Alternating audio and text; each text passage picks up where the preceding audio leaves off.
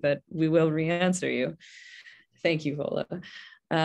So the recording will be shared online. We'll circulate it on our socials as well. If you can't make it or have to leave early, no problems.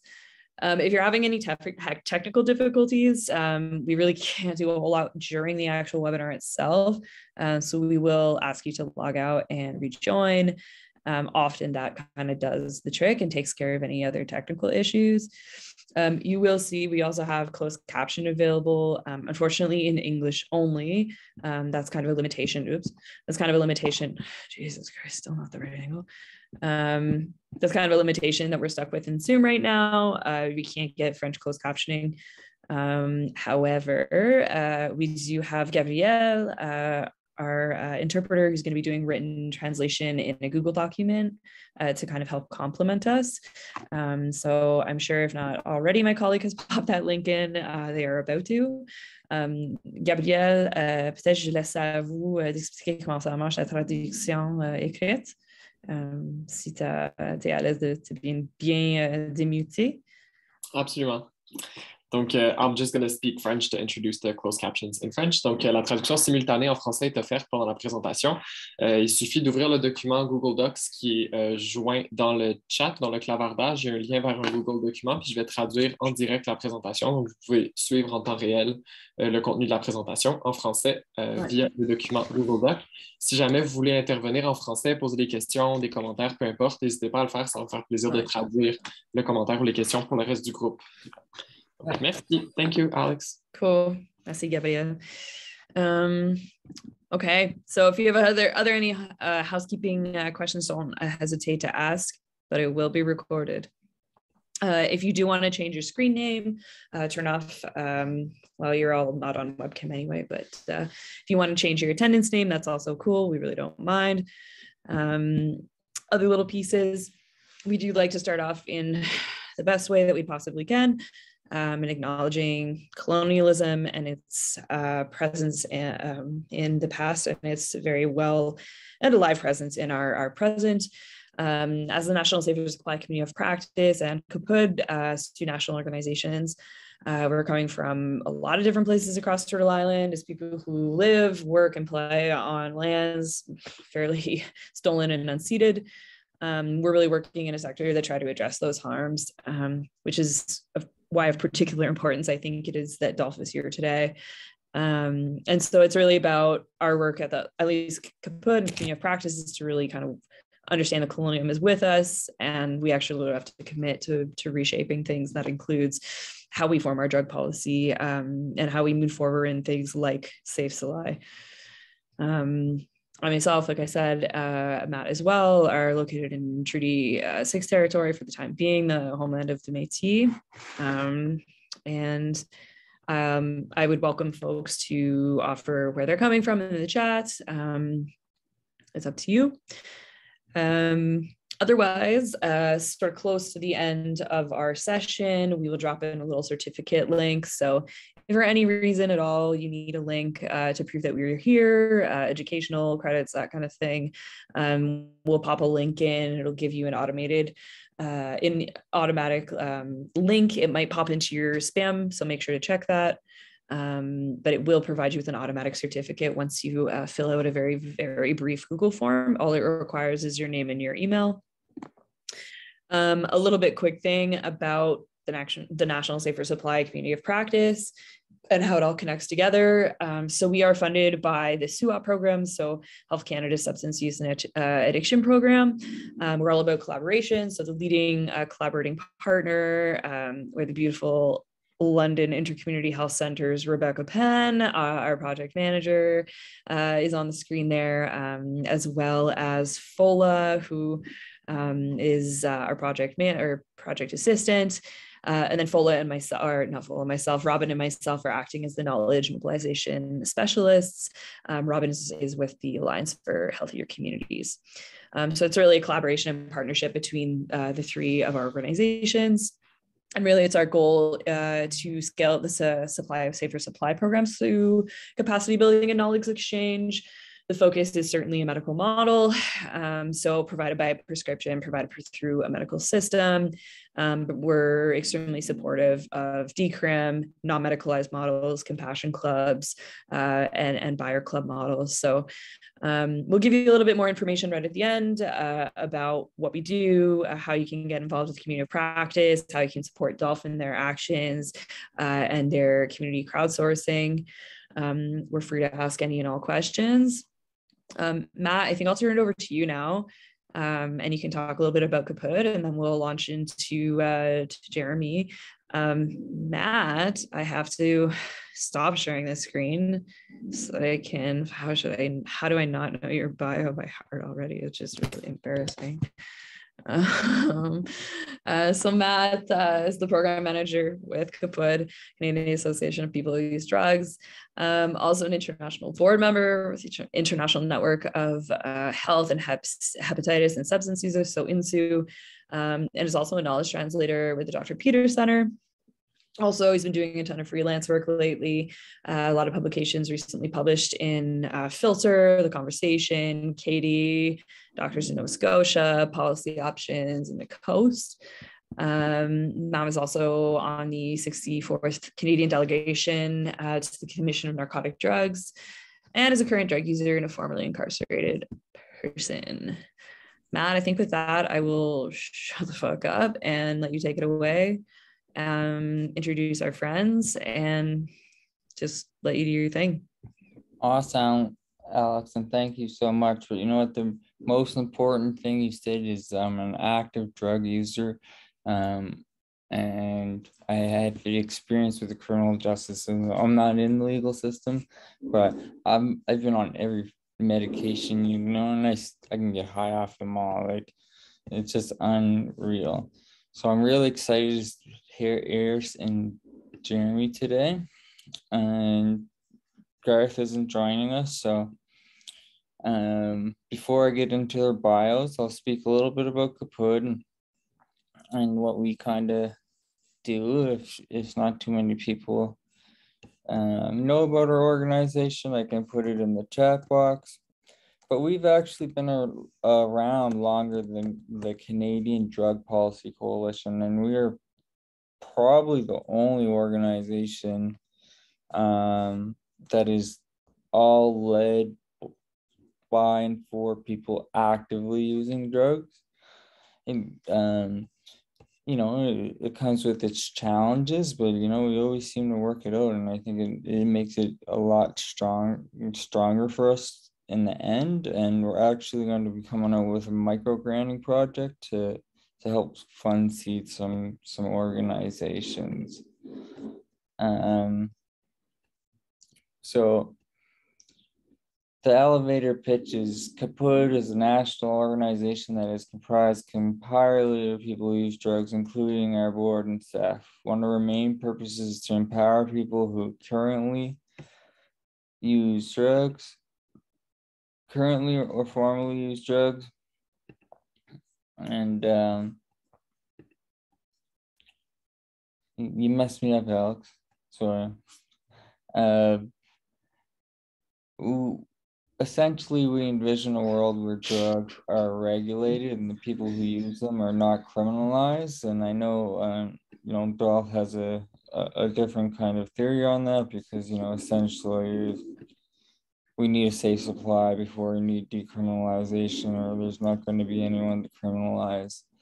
So we're always looking for new board members, new members. We pay people quite a bit of honorariums to attend our meeting, and really we just talk about drug policy and how we can advance it. We just wrote the splitting and sharing document, and a protocol, so now you can split and share insights, even though everybody's split and share insights anyways.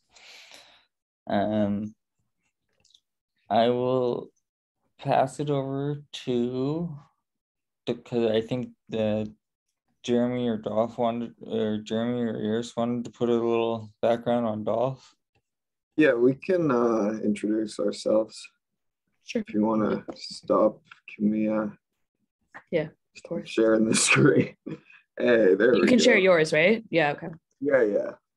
So we're Eris and Jeremy, and we're calling in from the stolen and unceded lands of the Coast Salish people. So lands belonging to the Musqueam, the Squamish, and the Tsleil-Waututh Nations, otherwise known as Vancouver, BC. And we're trying to get people safe drugs so they stop dying. That's it. We believe that the cause of all these overdoses is the total lack of regulation of the drug supply. So we're trying to fix that. Jeremy, I don't know if you want to introduce yourself more, if we should get into it. Sure, yeah. My name's Jeremy Kalicum. I'm one of the co-founders of the Drug User Liberation Front with Eris. I'm also a master's in public health student, just finishing up, and I spent 2 years as a drug checker on the downtown east side. So I bring some unique knowledge kind of along those sort of from those roles, and kind of working with Dolph to try to stop people from dying. I mean, that's really all we're trying to do. Yeah, I guess in that regard, I didn't introduce myself at all. I've worked in the downtown east side for like the last 10 years, whether it's frontline in the shelter system or in more annoying public policy roles that I don't want to work in. And I think we've seen a lot of people dead. We were driven to do what we're doing by the crushing onslaught of death. And our background, I've used drugs for a very long time, and it's never been like this. The drug scene has never been like this, let me tell you. I sound like I'm a million years old. I'm only 30, but in the last 10 years, things have gone nuts. And I guess Jeremy did. I just jumped in, but do you want to say anything else, or should we get going? No, let's hop into our presentation. We'll give the presentation that we've given 100 times before, and then we'll do a conversation. It's a presentation we've given 100 times before.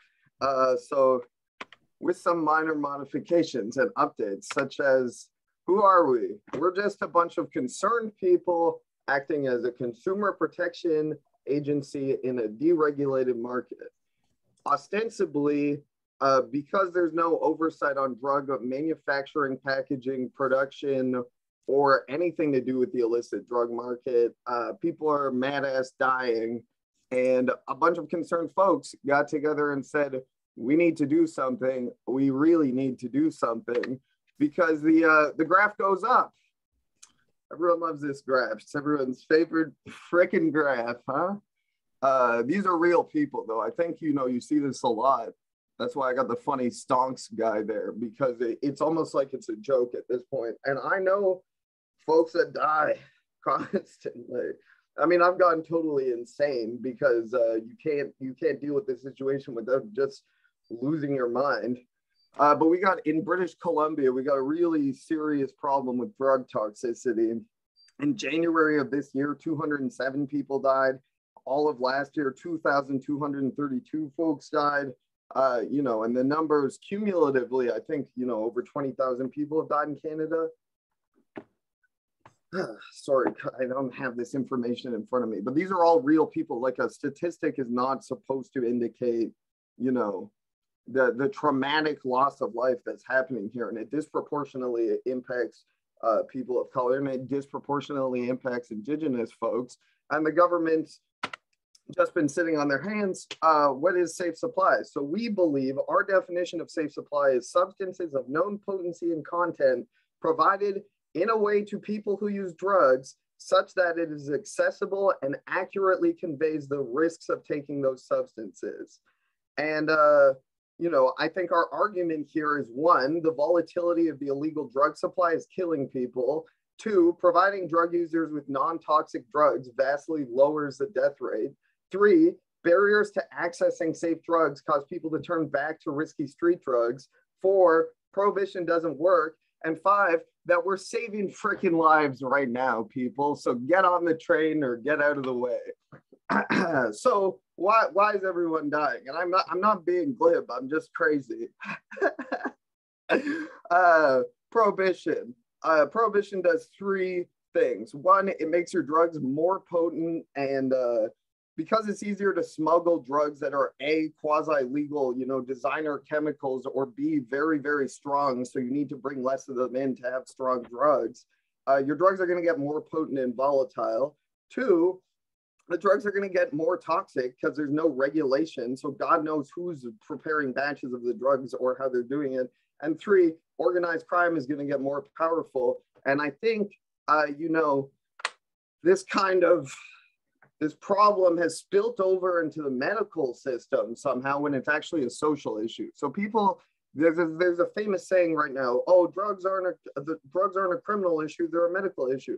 Drugs aren't a medical issue, they're a social issue. And, you know, drug policy is a racist history of colonization, which is why Dolph's model isn't medical, because the medical system presents people with too many barriers and it's too inaccessible for people to access drugs. So what we're saying is we're going to step in and we're going to take drugs that people are going to consume, remove them from the market, and then reintroduce them without making a profit. You know, we're not criminals, we're not policemen, we're not doctors. We're just concerned citizens who have done drugs and who know people who use drugs and can engage in these systems in a unique way, which is integrating into existing lines of substance distribution, increasing the power of consumers, you know, using networks that guarantee quality of drugs, and then ensuring that we have mechanisms to connect people with other services, build community. And, you know, if people want, we're not against recovery or any of these kinds of things. We believe that people need to be alive in order to be engaged.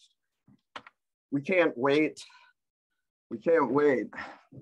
You know, the big problem, we need to fix it now. And what we have is a bunch of bullshit that was relevant 20 years ago. And we, you know, Dolph is uniquely positioned here to do something about this. We have a proposed model that could be expanded. All we need is government sanctioning, and all we're asking is for the audience of the Federal Minister of Health so we can explain our model, because I think it's based in logic and reason, and you know, it's evidence-based. And for this portion of our slideshow, Jeremy, you can just say next slide and I'll click it, but Jeremy's going to take over here. All right. So kind of explaining how the logistics work for, you know, a potential compassion club. There's basically 5, you know, key points to the compassion club model. The first is market navigation, quality control, packaging and labeling, and then there's the compassion club aspect of it, which includes a membership assessment and distribution and follow-up. Next slide. So the first part, market navigation. What we do here is basically we find a way to get clean drugs, whether that's through the dark web, through somebody in community, or, you know, through a regulated supplier. And it doesn't really matter where they come from, but, you know, in the situation, in the kind of legislative context that we're in, we have to choose between either buying on the street or buying from somewhere online. And it's kind of like this kind of comparison is like, would you rather buy, you know, a used TV off of Craigslist, or would you rather go and meet somebody on the streets, or would you rather buy it off of eBay? When you can just have somebody mail it to you and you got a little bit of protection. So, you know, dark web is essentially the eBay of, you know, drug transactions. So that's what we do. Next slide. So once we get the drugs, what we have to do is quality control. Essentially, we get them and we have to test them. There's a big problem with drug checking. No, go back. There's a big problem with drug checking. You know, I think the thing is, everyone's going nuts about drug checking right now. That's their kind of, it's a big cop out for, you know, actually doing something about the overdose crisis or drug poisoning crisis is, and, you know, I think there's a lot of kind of groups that fall for this who don't really understand the limitations of drug checking, including lots of the drug checking organizations the one we got up here, substance, is really good, and it's the one that Dolph uses. But you know, there's most of the drug checking that happens is, you know, not great, and you know, it's used by the government and people who are, you know, in charge to just basically, you know, pass the buck, say, you know, we're doing something, when drug checking is not scalable. If you go to, say, get your drugs tested right now, it's like you're going to be waiting a day to get your results back, which is why, you know, we need Compassion Club, because it acts to exponentially increase the effectiveness of drug checking initiatives. So, you know, instead of each person coming to get their stuff tested, you can get stuff tested in bulk, and, you know, potentially 100 people are getting access to drug checking instead of just one, and you can get it checked through things that are more reliable. So, you know, quality over quantity is the real kind of crux here. Next slide. So, you know, just kind of intrinsically in the technology, there's a detection limit of 5%. So what are the big things that are issues in the kind of, you know, toxic drug supply right now? And, you know, the main things that are an issue, at least in the opiate supply or opioid supply, are carfentanil and benzos, and, you know, quantifying fentanyl. And FTIR can't do that. It can't quantify fentanyl to a reliable extent. The plus minus is about 5% on each side. So, you know, if the FTIR says it's 10%, it could be as low as 5, as high as 15. That's like a 50% increase in potency. That's huge. It's also very subjective. So, you know, one technician may say it's this thing when another may say it's another. And they both may be, you know, valid from the kind of perspective of an FTIR test, but in reality, it might be neither of those things, and you won't be able to tell with an FTIR. And quite frankly, it's fucked. Anyways, so that's why we have to send stuff to get confirmatory tested using mass spectrometry, and the substance has access to that, so that's good. And so does another third-party tester that also does nuclear magnetic resonance testing, which is also really good. But FTIR is not. Anyways, so once we get the substances and we test them, we have to store them. And, you know, this is kind of where security becomes an issue. And it's easy to just kind of dismiss these and say, you know, like whatever, but it's actually really important. If you're going to, you know, continue to do something, you want to make sure that it doesn't get kiboshed because somebody is jonesing and decides to, you know, rob your establishment. And, you know, then everything goes to shit and the public loses their mind. So, you know, if a Compassion Club bid offer, it needs to make sure it can store the drugs securely.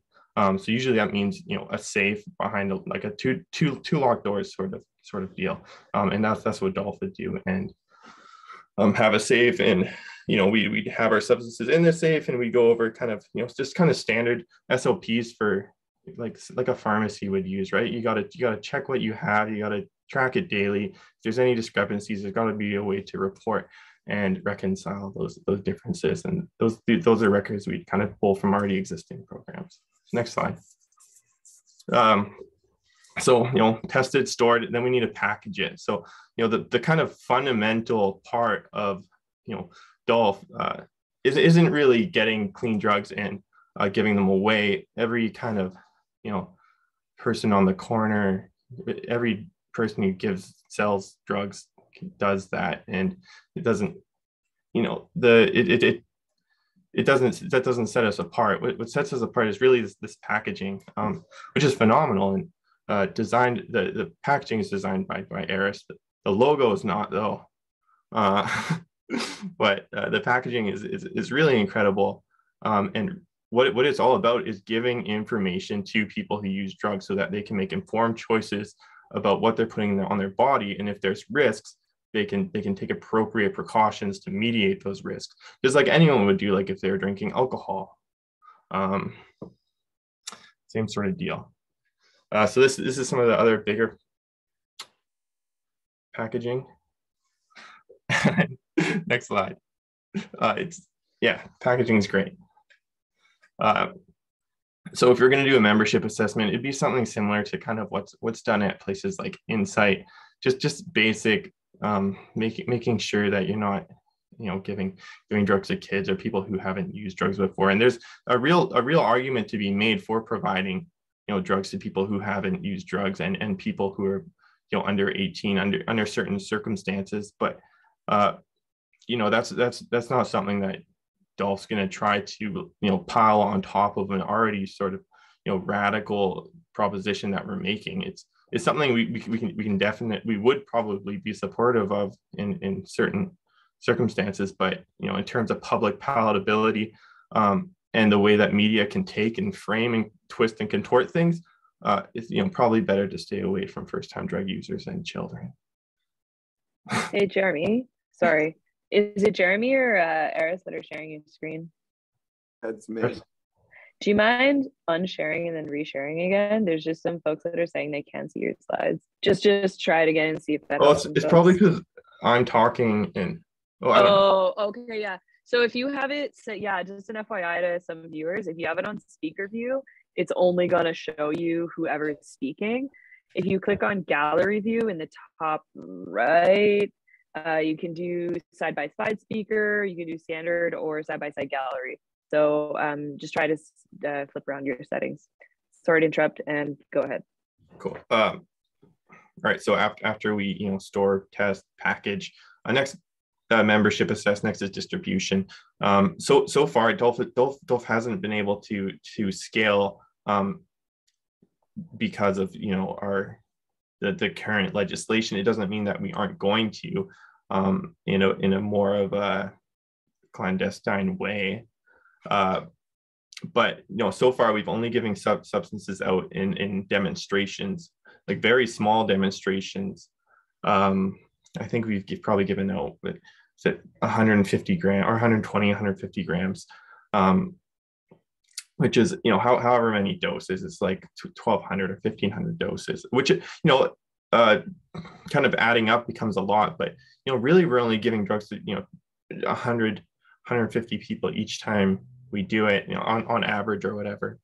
And we want to give it to people in a sort of nonprofit model, and that's not to say that people can't operate these sort of safe supply programs in a profit sort of model. But that's certainly not the way that we're going to get it initially introduced, or safe supply. Like, we need to make it as palatable as possible, and doing the way to do that is in a nonprofit model. So that's what Dolph will do, and will always do is be a nonprofit.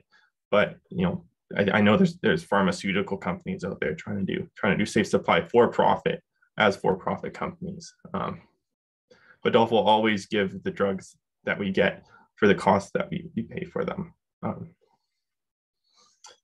So obviously, we want to make sure that what we're doing is not having a negative effect, or if it's having a positive effect, we want to kind of know what that is. So we're doing a very basic evaluation. Hopefully, we'll be able to do a more in-depth evaluation if we get SUOP funding, but that funding is always gobbled up by other organizations, and they never want to give it to sort of more radical initiatives. So I doubt that we'll get it, but if we do, we'll be able to do a more in-depth sort of study, which would be great. So we've given out over 1,200 doses. The kind of information that we collect back is: did you like the drugs? What do you think of them? Did you have any adverse reactions? Did you overdose? And all those. There's been no known overdoses off the drugs that Dolph has gave out, and that was expected. There's a few things, if you want to support, there's a few things you can do. We have a campaign. You can go to our website, dolph.ca. It's all there. Sorry if I effed that up. We're back. We're back. What's up now? That's what we do. We're back, and I think we're going to Q&A. Is that correct, Alan? Yeah. Like there's a few prepared questions that I figured would kind of get us going. But what I would really encourage folks to do is pop any questions you might have into the Q&A box. They might get lost in the chat conversation. So don't mind putting them in the Q&A, and then we'll kind of manage them as we go. How Yeah, about I start out with a couple of these ones? Yeah, go for it. Okay.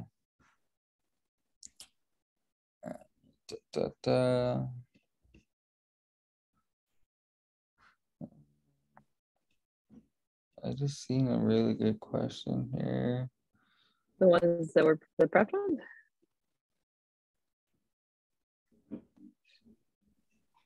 Maybe. Or the ones in the Q&A box? I mean, I can throw out the... Yeah, that's where it was, the Q&A box. Yeah. So Marie Gore, and this is, you know, I know I do a lot of buying off the dark web. I know you guys as well, but they're saying they don't understand the premise of buying through the dark web that leads to the need of drug testing. Why not producing most of the substances we already know are being produced? I think the question is, why don't we use pharmaceutically produced drugs? And I'm like, I would love to. We just can't. We're hemmed in by the structures of the systems we're operating in. So in order for us to procure those drugs, we need an approved Section 56 exemption from the federal government, which is what we asked for on August 31st, 2021. Like they're like, they painted us into a corner. We have no other option but to go to the illicit market at this point. So if you work for a pharmaceutical company and you're on here,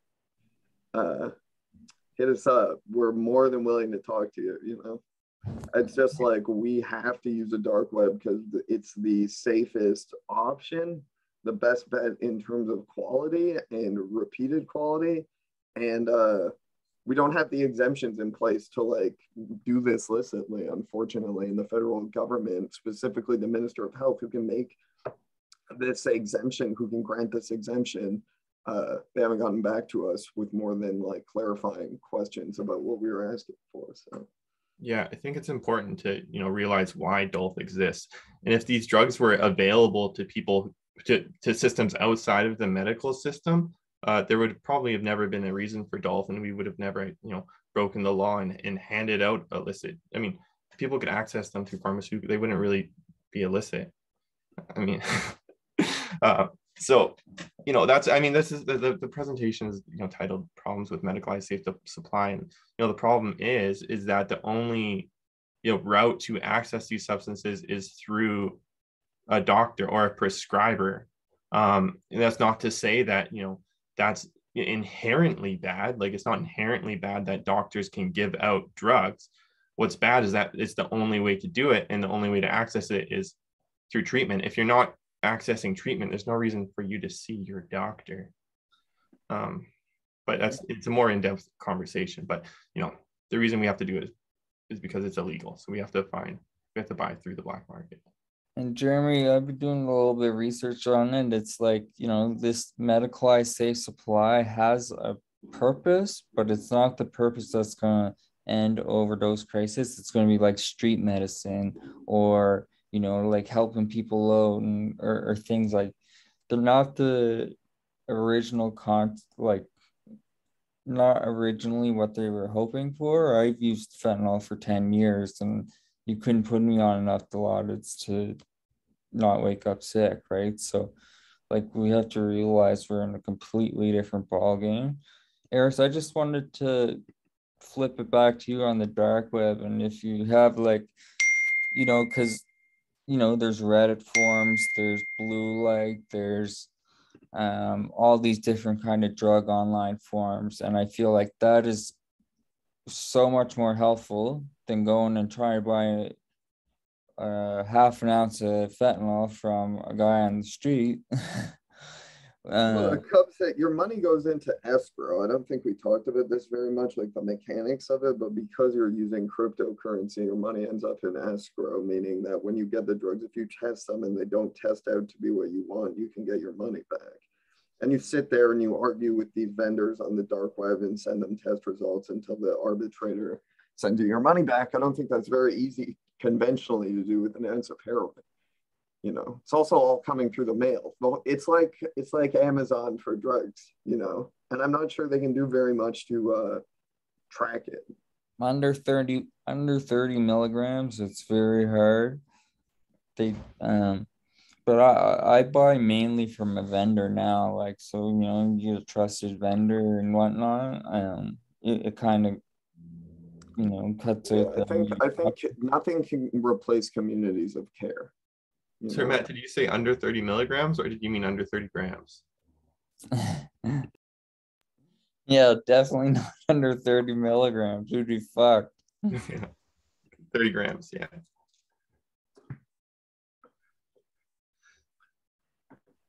Should we address some of these other questions? Well, I think, you know, I want to, before we access any of the questions, I just want to say one thing back to the point about medicalized safe supply before. You know, I think a good way to conceptualize if medical kind of safe supply can be useful, and you know, I think, you know, safe supply is a problematic term in itself and not very accurate on what we want, but is you know, switch safe supply out for alcohol. You know, the problem right now is, you know, a good comparison is like people are being given, you know, like light beer. It's like, you know, alcohol is now illegal. You can go to your doctor and get light beer. You know, that's like, you know, some people are going to be like, okay, like, I guess this kind of, you know, works or whatever. Not really. I can only get, you know, like 3 beers at a time or whatever, and I have to go to the pharmacy every day to get my beer, which is ridiculous. You know, and then people come along and say, oh, like it's light beer. Like people aren't accessing this because they can only get light beer from their doctor. So, you know, then they give you like some hard bar as well. And they're like, oh, like, why are people still not going to their doctors to get their alcohol and go to the pharmacy each day to get their dose?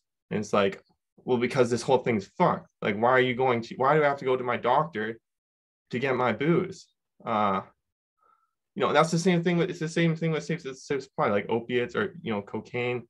You know, and, you know, there should be, you know, managed alcohol programs. Like if you have like a problem with alcohol and it's, you know, having a really negative impact on your life, like, you know, go see your doctor and try to get into one of these managed alcohol programs. But, you know, for most of the people, it's like, it's insane.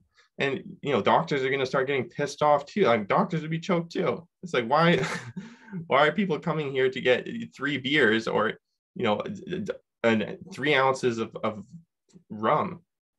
Like, it's crazy. Like, just like, you know, kind of flip it on. Just if you want to see if drug policy works, just replace it with alcohol. And if it seems ridiculous, it is. Well, we went through it. And like this has been done, and it didn't turn out good in the 100 years ago. So like, it's just continually getting worse. There's another question in the Q&A from Nicholas Baldwin. What we have been specifically political, what have been the specific political limitations preventing the formal approval of such a model? How can the public, physicians, other groups of interest be more effective?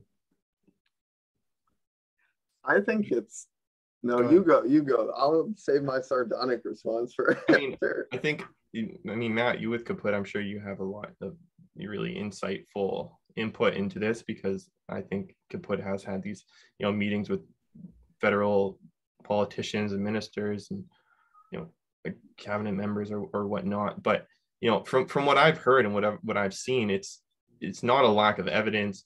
It's not a lack of, you know, available models. It's public. It's will and you know, translating to votes.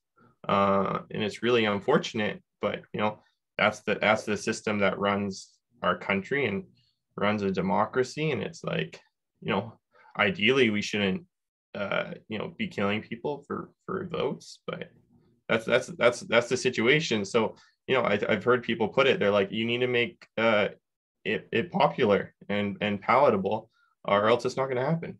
Like every single, you know, facet, even positions that are supposed to be apolitical politicized as shit. I mean, we've seen the same thing with COVID. We didn't have a proper COVID response because everything was politicized, and whoever's in power would lose votes if they made controversial health decisions. So that's it. I have a darker opinion, which is that the government's trying to kill us. Like, the government is sadistic and intentionally malicious, and Epstein Island exists. So you got to do it de facto, and once you're doing it, they'll be like, hey, we're doing this thing. Like Insight, Insight like started, it was illegal, they just did it, and then the government was like, we did this. Next thing you know, all the PHS people are getting audited and sent to fucking Iceland or whatever, 1984 Brave New World shit. So I'm like, we're fucked. The moral of the story, I think, is we're really, really fucked. Like, if you're like, who can I talk to in the government to fix this? I'm like, no, Bo, that's not the way that works,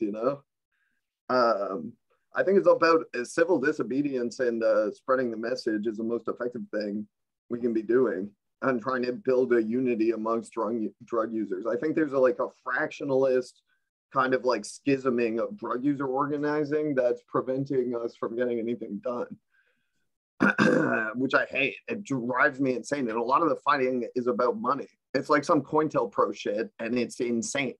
We're fucked. Sorry, I gotta stop saying fuck. It's a rude word.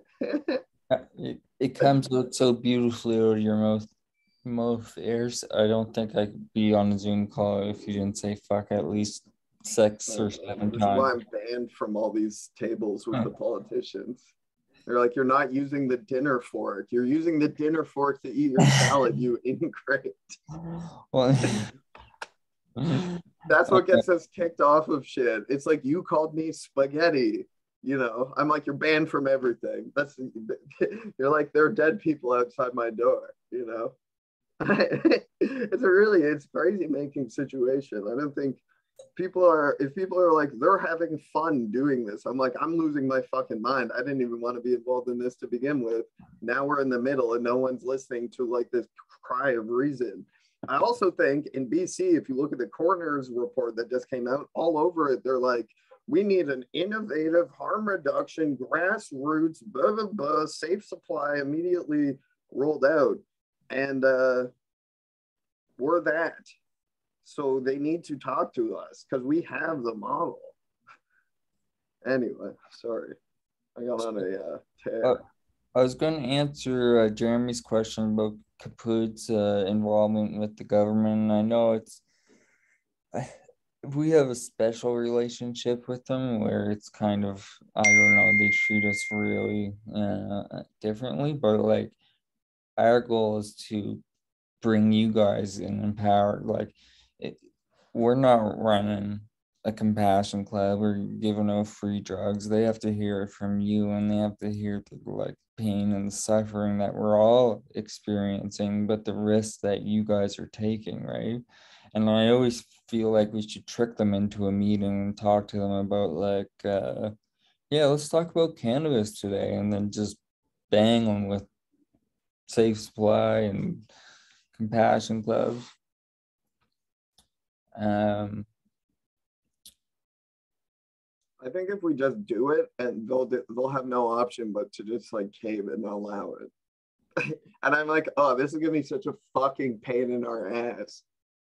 That's the unfortunate thing. And I think that, we're gonna have 10 more years of everyone dying. Yeah, I mean, just like Insight, right? Like it was started and run, in this kind of grayish, like kind of not so gray zone, and the only way they got a real footing was when they tried to shut Insight down, right? And then they had to do some huge legal battle that took years.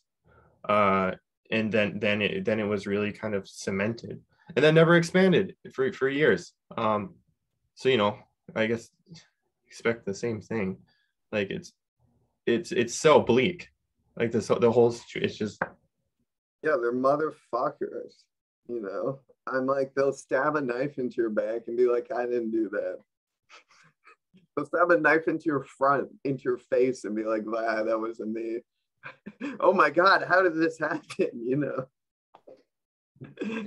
There's a, so You know, a lot of people, you know, like admire the work that Eris and I do, and you know, look up to us and call us all sorts of names, but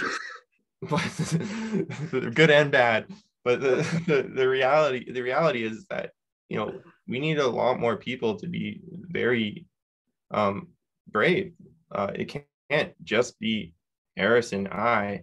You know, people are doing really cool stuff with overdose prevention sites that, you know, people aren't doing with compassion clubs for some reason. And you know, I could take a stab and guess why, but you know, people were setting, you don't have to give out drugs per se, like you don't have to take like that large of a risk, but you know, people set up, you know, mock overdose prevention sites to, you know, really demonstrate the concept to the public. And you know, I don't understand why people haven't taken up the same sort of, you know, stance with compassion clubs and you know, set up these mock sites at, you know, protests and whatnot.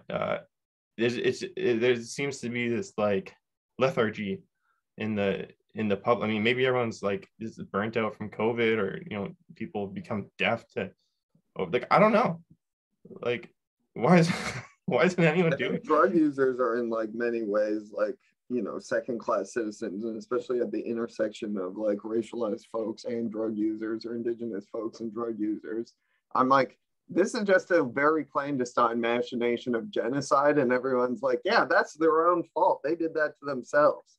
And I'm like, oh, you're mopping the floor with people that use drugs. You're like wiping us off the face of the earth. This is super good at killing us, you know? And then you say that to them, people in government or whoever, and they're like, that's out of order. You're not following the rules of order. And you're like, you're killing everybody. Like, there's a fire. The building's on fire, and you're giving me a pail and being like, go to the river. I'm like, everyone's burning up in there. You got a fire truck. Maybe we can put it out. They're like, that's abusive. You know? But if you think about Eris and Jeremy and I, we're very, you know, like late 20s, early 30s, I'm guessing. But, you know, even on the East Coast, I lose so many people. You know, it's becoming daily, couple times, you know, if it's not daily, it's 3 or 4 times a week. And just imagining what's going on in Vancouver and in Ontario, like, these are the youth that we need to be leading these ways, but we need to put the power back in their hands.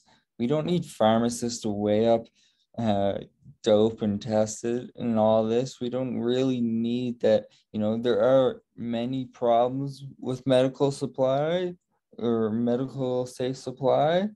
There are some, you know, benefits, but we're talking about. I just think doctors can fuck off. I'm like, I hate my doctor. My doctor's an asshole.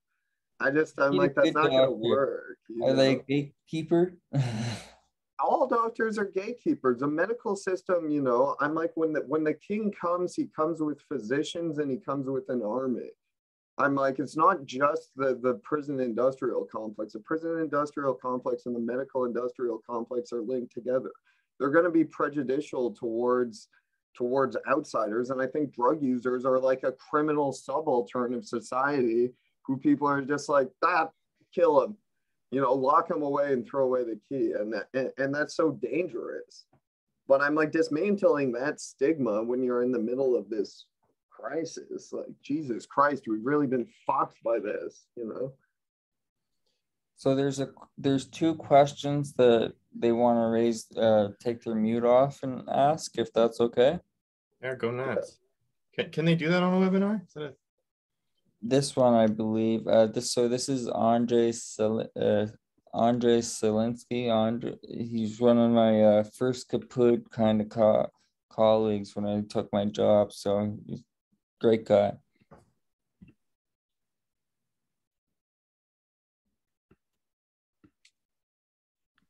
Yeah, we don't have to take questions from the prep questions. There's like fucking 24 questions there. So answer whatever ones you feel are the most pertinent to you folks. Okay. Pick your faves, Matt. Or I can pick them for you. His thing was there, and it's like. I think they're Andres? trying to get. Let me check They're for trying to get. While we someone wait who for has- the question to be, I really want to drive home the point that safe supply is the wrong term. Yeah. You know, it's like when I hear, you know, medicalized safe supply, like those aren't things that should be compatible. And the way that you know, safe supply has been framed is you know, just drugs that won't kill you. And you know, that's, I get, like, technically I guess that would be a definition for safe supply, but you know what we want is just regulation, like outside of these sort of you know, context of like parentalism or you know, oversight by medicine. Like that's a crude way of putting it. No, I think that's very to the point. And you know what, it creates job opportunities for some of the most impoverished and you know, marginalized people. So if we could have people weighing up the dope, scaling it up, helping with distribution, things like that, if there was funding, you know, we wouldn't need it. Totally. Yeah, I don't think we object to that. I think whatever system works, you know, as long as people know what they're taking, it's less risky. And you won't have this like massive uptick in death. The uptick in death comes from deregulation of the market. I think that's the core of our argument. And medicalizing that problem doesn't make any sense because there's a problem of market economics impacting the like polis. Like it's like market economics bleeding into society. So I get a question from oh, sorry, Eris. I just seen a question from Ann Livingston that I wanted to pose. Ann's question is more of a statement. The one at the bottom, I think the model Compassion Club, bulk buying with distribution is best supported by locally organized drug user groups. They are hard to form, but will ensure success for distribution. Can't agree more. Can you elaborate on that? Like, so essentially you want to run a 1-year program like DOF, like what's, you know, like. What I think we're saying is drug user groups should figure out a way to get drugs to their membership with a predictable content, and they should be allowed to do that through the law. Like there should be an exemption that permits drug user groups to allow their membership access to drugs with a regulated content.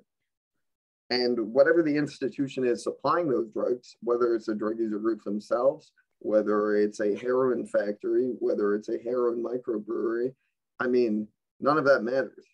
You know, as long as people are getting drugs with a regulated content and using drug user groups as a nexus for this distribution web is like totally logical, you know, because they also have a way of vetting their membership to ensure they're not getting people like gacked out, and also a way of like ensuring you know, people are getting connected to other services. So Ann said the night, I always mix that name up. The Naomi Group has finally leased a space. Now we will be able to buy bulk and do a compassion club. I guess my question is, what's up with this 15 kilograms of heroin sitting in your guys' port? And like, that to me, that's insane. I don't want to you know, to talk poorly of any you know, organization or people who are trying to do good work. I'm more talking about the government sign off that they can't. More, I'm all for a fair price. Yeah, like. Oh, if we can get the heroin to people, that's great. it's not clear what's needed to get that heroin to people.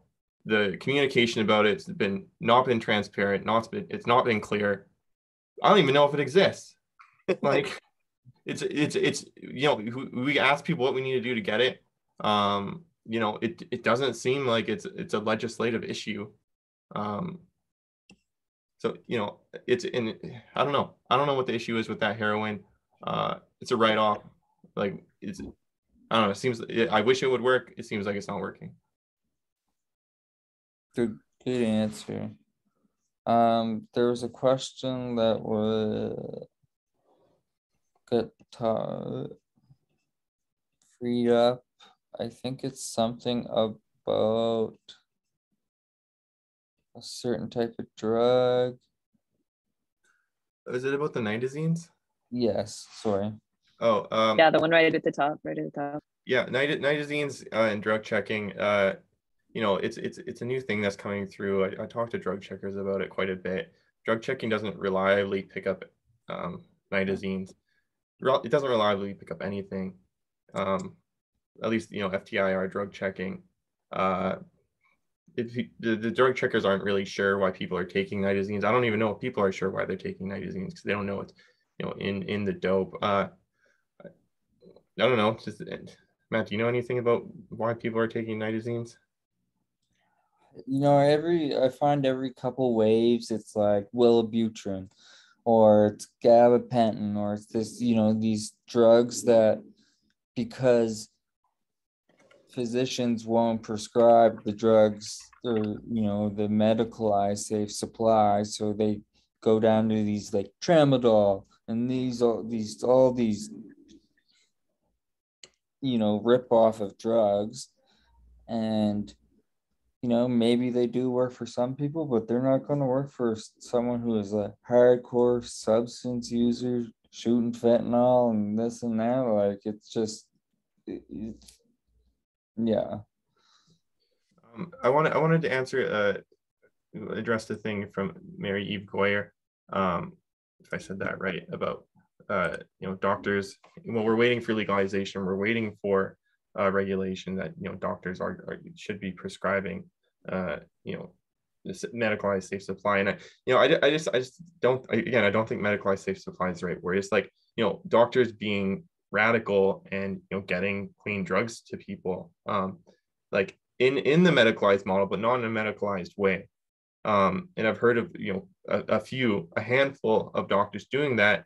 And that's an incredible job by those docs to fill a gap. But the thing is that there's just not enough to do it. And I think it needs to be framed like really carefully. Like I don't think it should be framed as medicalized safe supply, because that's just going to be used as a cop out by our politicians saying, oh, doctors can do this in a way that's going to get access to all people who use drugs. And most doctors don't want to prescribe, especially addictions doctors, and they shouldn't be the gatekeepers. It doesn't make sense in that system.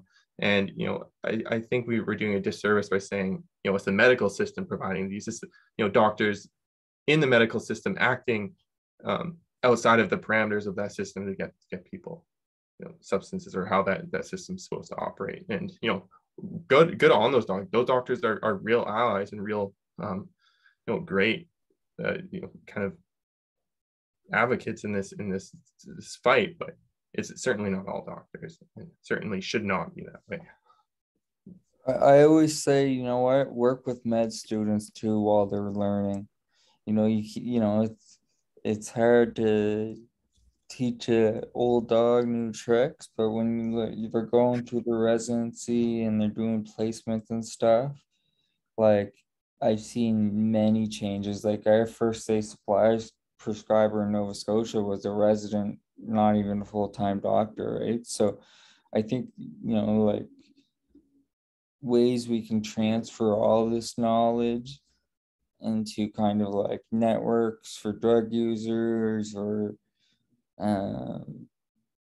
people who are having issues with safe medicalized safe I don't even like it anymore. I never really did. It should be a regulated supply.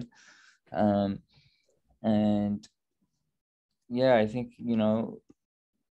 I would have it as two separate conversations because, like, people who use drugs don't trust a lot of people, and, we have the biggest bullshit detectors out there. So try to lie to us once and you're done.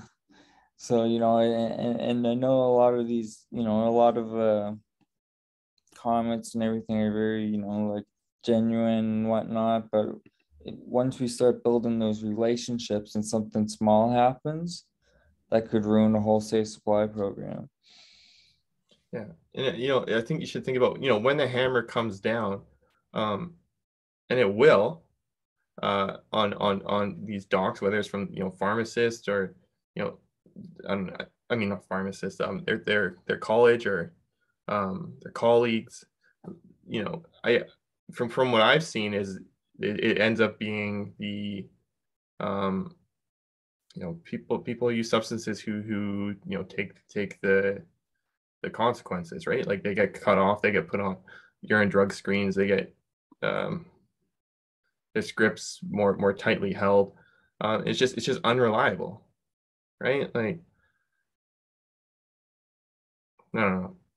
Actually, I do, but Unreliable, unsustainable, not cost effective, just a complete waste of taxpayers' dollars. Go ahead, Alex. All right, I gotta interrupt y'all because we have a poll, a Zoom poll that we want y'all to fill out before people start to trickle out. So Fola, if you don't mind just like launching that, and then while that's launched, y'all can keep talking. Go for the next question. Let's address Ewan's question. Question what do you see as best strategies for combating the promotion of American-style extreme prohibitionist positions across Canada? Perhaps best example in Alberta. You've spoken to organizing civil disobedience. Please elaborate on that or speak to your other strategies.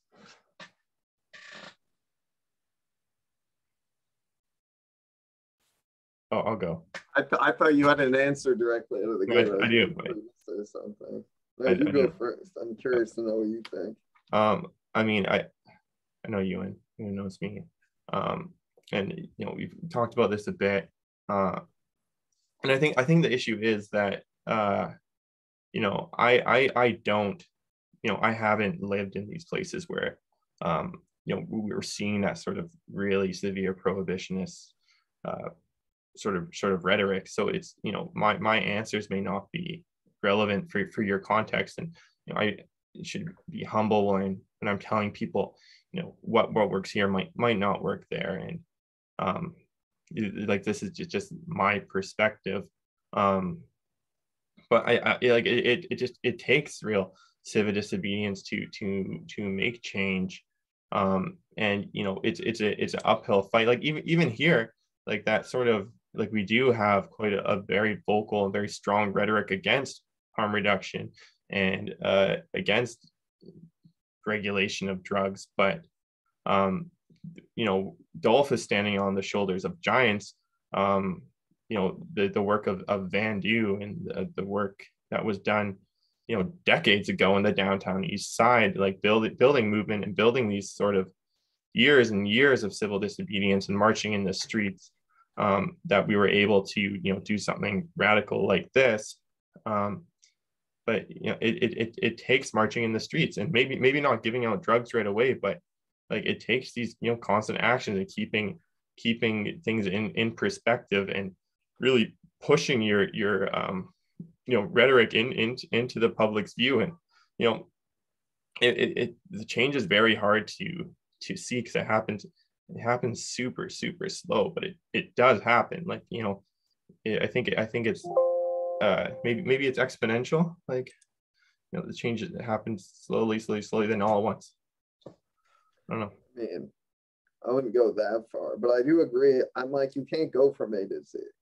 You have to go A, B, C, D, E through to Z. Having a plan that's just going to be some kind of fix-all issue. I'm like, everything's local too. Like different people use different kind of drugs in different places, you know. Our solution works for what it is, but you have to be able to implement it, and it has to be the appropriate time to be able to implement it. And there's a question about whether or not, you know, if we get this exemption, can we create other chapters elsewhere or whatever? Because it's a federal exemption. And I think the parameters of that is it's kind of unclear. Well, you know, there's only so much anyone can do, and that's a real horrible thing about this. I'm like, a lot of people, myself included, would like to see this end immediately. And I just don't think, I think we're going to watch, you know, this horror unfold for the next like 10 to 15 years. And I don't think there's going to be, like, there will be pragmatic steps forward, but I just think a lot of people will die because the scope of the problem is so massive, you know, and it's so intertwined into the other, you know, frameworks of oppression in our society. It's very difficult to dismantle. Like the courts, the medical system, the psychiatric system, the military, the police, you know, they all have a vested interest in the war on drugs continuing, right? A market regulation of what are presently illegal narcotics would mean the end to the war on drugs. And I just wanted to kind of go back to kind of what you're saying at the very beginning here. So I kind of just, I was just listening to you talk, but so with your, and I know you guys continuously had them give it to us by this date, give it to us by this day. Eventually, I would just say, look, we've tried so many times. This is our exemption now. Fuck off. Because, like, you're not getting back to us. You're not doing this. You're not funding us. What's, like, they're not the barriers anymore. Right now, it's like getting the money, getting the supply, and doing all that. I mean, I think the biggest barrier is that we're operating illegally. I'm like, they're preventing us from doing anything by making us criminals. And I don't mean like criminal as in we're doing anything wrong or that we shouldn't be, but in the sense that from the standpoint of the law, we're barred out of working with illicit drug manufacturers unless we have government sanctioned exemptions. Stuff like that. It's a very dangerous game they're playing that I think, you know, I'm like, we just want to work out pragmatic solutions. I don't even want to do this. I do not want to work in public health policy. This is killing me, you know? And I will, because I know what needs to get done, but I'm like, it's almost like there's endless blockades being put in front of us. It's like Kafka's The Law or something, you know? Horrible. Yeah, so, you know, even if we get a Section 56 exemption, you know, there's still going to be a supply issue because we still need to find a pharmaceutical producer to give it to us. And I can imagine there's going to be more barriers that are slammed in front of us, even if we get the exemption, in terms of, you know, actually getting the supply. Like, I hope there's not, but I foresee there being some, you know, I don't know where those are going to be at. Like, I'm no legal expert, but well, in the FDA, Jeremy, they actually have nasal spray cocaine that's approved, and they have like legit methamphetamine that's approved in the FDA. So it's not like these drugs don't exist. It's just they don't exist for us, right? And we're the ones dying from it. Mm-hmm. Like any sort of you know, chemical producing company, if we were to want to buy, you know, millions of dollars of, you know, drugs a year, I don't think it's pharmaceutical companies will have an ethical issue with providing us those. You know, they may be kind of scared of legal risk, but if there's an exemption, hopefully that would be taken care of. But, you know, the same things that we're dealing with pharmacists and doctors, you know, being, you know, afraid of being gatekeepers, like I imagine it's going to be, you know, we're going to have to deal with pharmaceutical companies as well.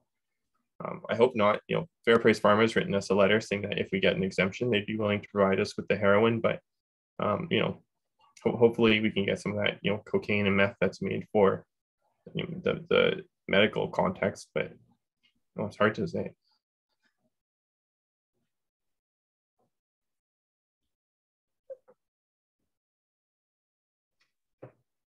See what else we have in a couple more questions. At all kinds. Oh, here's a question. How can local cats support or uptake the work of Dolph and Caputa doing around safe supply? And all I have to say is like, fuck the cat teams. That's it. I hate them. But if you are a nonprofit, it's almost the end of the fiscal and you can make a nice donation to us. Dolph was banned from the Vancouver cat team. Never had luck with maybe there's some good cat teams. I don't know.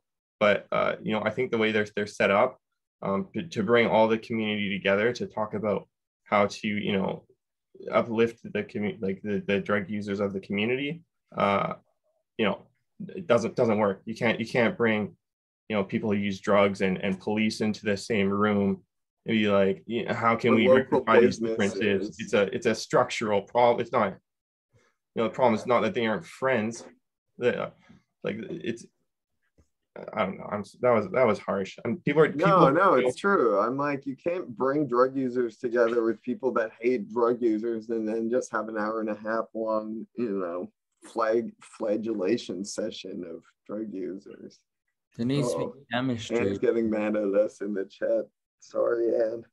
But I don't trust them. I've only seen them do bad things as well. So there's a question by Dr. David Frank, who is actually, and I know him quite well, and he's actually somebody on methadone, has a PhD in sociology department in New York University, got great papers. But his question is, did I freaking lose it?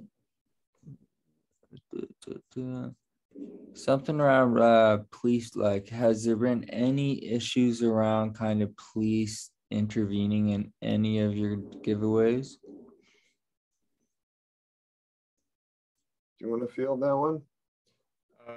Before all of our giveaways, less lately, but before our early giveaways, we'd always send a message to the police and invite them to do whatever they do for regular protests, provide traffic control, whatnot. As everyone should who holds a protest or whatever. They come, they do traffic control, but they leave us alone. We've tried to engage with them on this topic. They don't want to deal with us. I don't know. It's so weird. It's like, it drives me crazy. Like, if they're gonna arrest, I'd rather they just do it and get it over with so we can address it. But they won't, and it keeps me up at night. And Sarah, cat teams, the community action teams are funded by the Overdose Emergency Response Center to engage drug users and community stakeholders in each area most adversely affected by overdose deaths. But I will say this about the police: it's not that we're not even trying to engage enforcement. We are actively trying to engage enforcement. And that's not something I would normally want to do, but we want to work with all stakeholders to reduce death in the community. And I think, the vast majority of those stakeholders will not engage with us. And it's just like grossly, like it's a nightmare. I don't know, there's not much we can do. And then they keep banning us from things and saying we're inappropriate people or whatever. Yeah, I think, back to the cat teams, like, take a critical, like, why are police going to cat teams, but they won't engage with drug users directly? It's because, at cat teams, they can, like, maintain their power and continue to oppress drug users who go there. My boss is really good at telling police right where they have to go on a Zoom call and stuff. And that's really what you got to do, very assertively and respectfully. But they had a private meeting about me because they were worried and they wanted to do an intervention, and Natasha was like, you're not fucking doing an intervention on my fucking employee. Were you fucking crazy? Like, who gives you the right? And it was Mike Serb, of course, fucking a couple other professionals, but it's like they think they got a PhD or a doctorate because they're like in a couple of these working groups or go to a webinar and like know everything now. I mean, I think, you know, we were planning a meeting where we were going to invite the police, and you know, people were like, we need to make sure we have, you know, safety in place to keep drug users safe. So, you know, if police are, you know, being, you know, bullying them, that they'll be able to, you know, have some recourse. And you know, the result of that conversation was the only people who are going to use these tools are the police, and the police will be the first ones to say, I'm being victimized here. It doesn't really speak to the point you're making, Matt, but that's the point I wanted to. I do want to address that comment Anne just made that said, why are the CAT teams generously funded, not drug user groups? I also think this is a huge issue. The breakdown of the way money is going into solutions to this problem are all going to fund committees. You know, committees become irrelevant when you have direct action that actually solves the problem. And this serial, you know, drive to committees and conversations, I think, is hampering intervention. Again, I go back to my you have Epstein Island thing. These people are probably sadists line of thinking.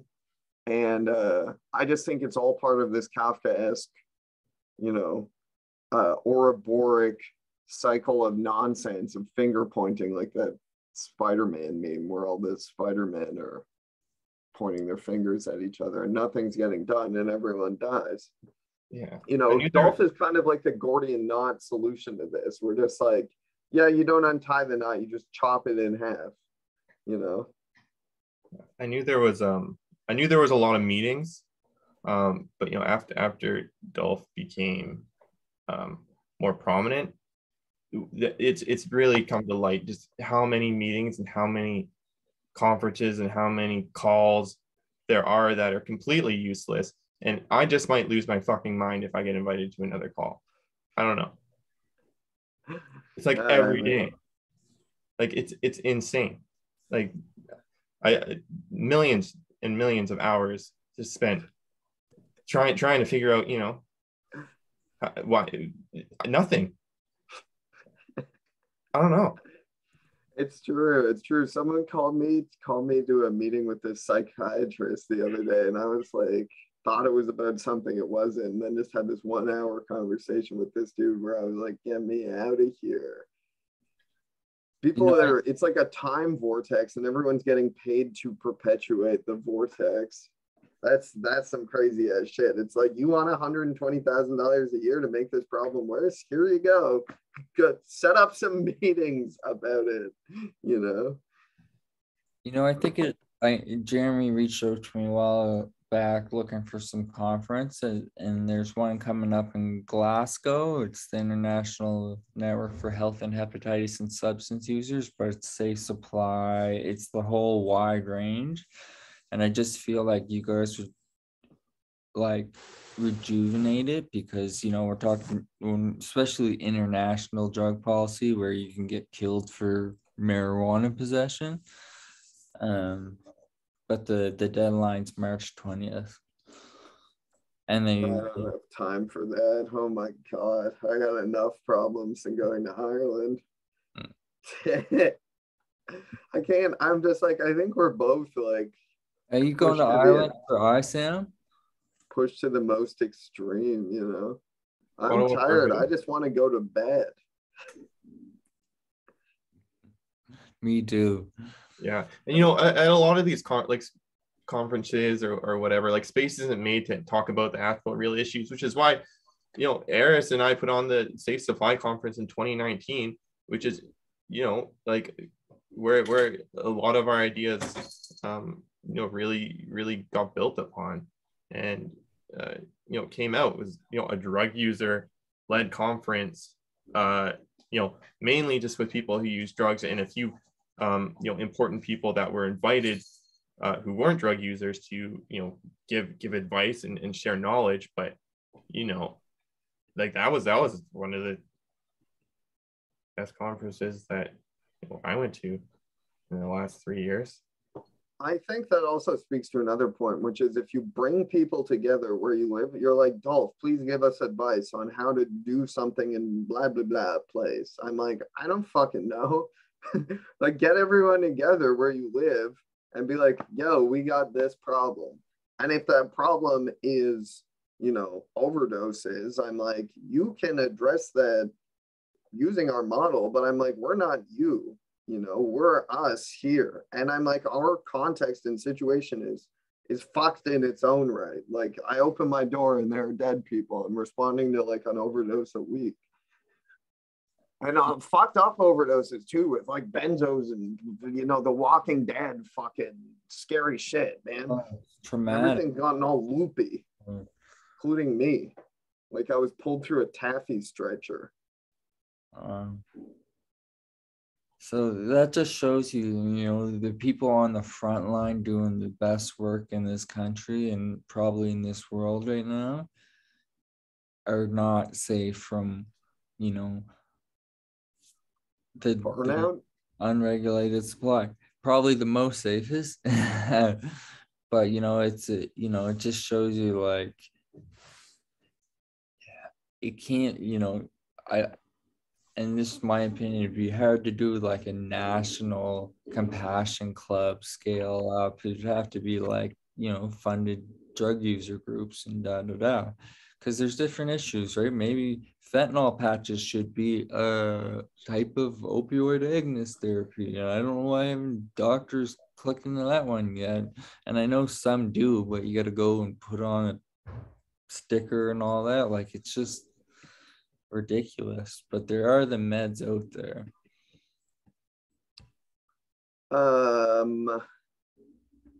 I think we are not averse to anything that helps people, and that's the moral of the story. Is one, fuck doctors. Two, we want every solution that applies to people, to be actual. To be a reality. May your dreams become reality. And I don't know if we want to end things there on that note, because I gotta go. Well, I'm gonna do a quick outro, just to thank you guys so much for coming on with the National Safer Supply Community of Practice to talk about not just the problems with medicalized safe supply, but that there really should not be a medicalized safe supply before we have drug users giving out these safe supplies, because it's just, it's going to be a bureaucratic nightmare, and it's going to take years to get the drugs that we need, we want, and we require not to die. And you guys just done such an amazing job at innovating something so quickly during a pandemic, and yeah, I just want to give my applause to you. Thanks everyone for coming today. I know everyone's super busy, so hang in there. Hang in there, because it's going to be a wild drive. I'm coming in Vancouver in 2 weeks. Oh, see you soon, man. Take care, everyone. Take care. Thank you. Thank you so much, folks, for joining us. For anyone that wants to stay on the call, we will. Sorry, I'll start my video back up here. If it were.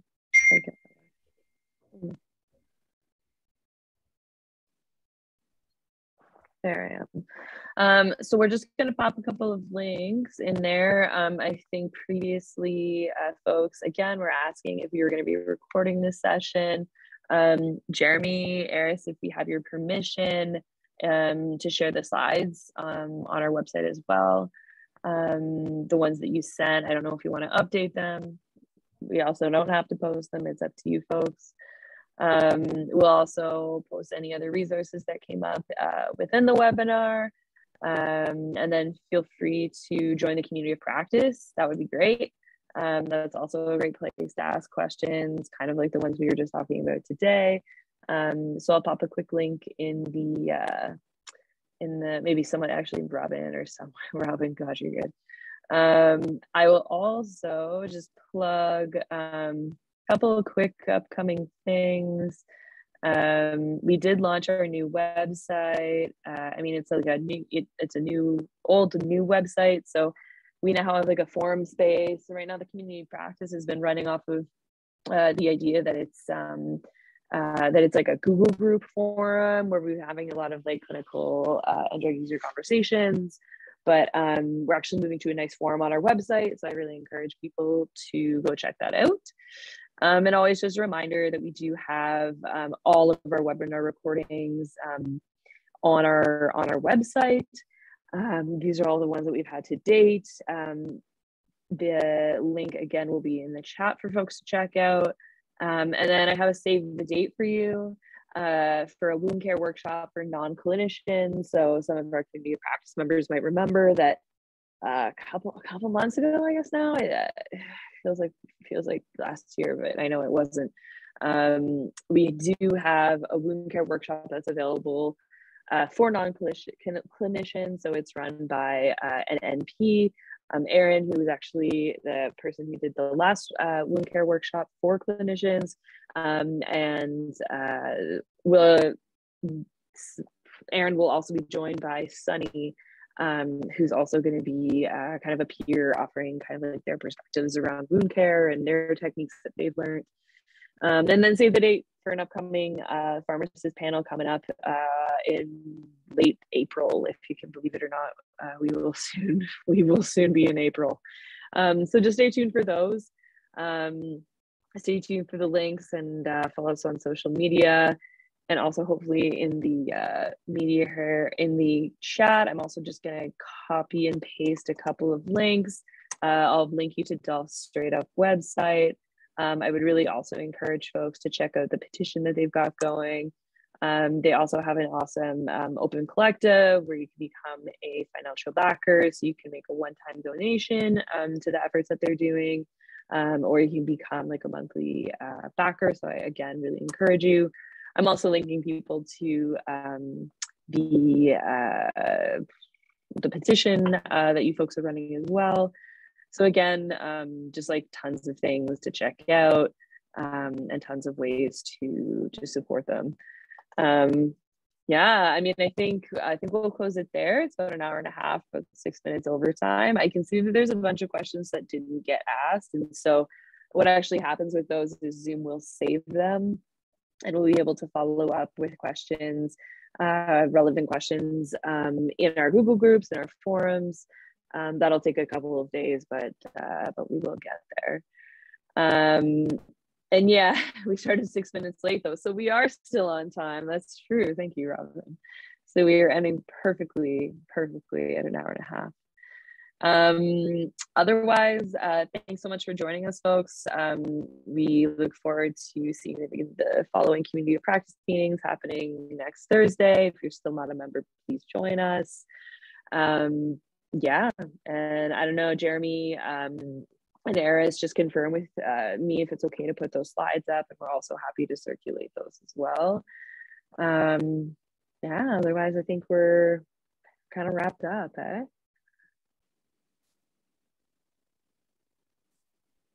Rebecca, Robin, I don't know if you wanted to offer anything else. I should do an extreme thank out to Gabrielle, merci. C'est Gabrielle qui a fait la traduction aujourd'hui. Je pense que c'est ton francophone, franco-canadien. So merci infiniment. And yeah, stay tuned on social media. Since this has been recorded, we'll circle the recording and then the resources that come up with it. I do see 2 hands raised in like the thing, but I'm not sure if we can unmute those folks. I actually don't know. Let me see.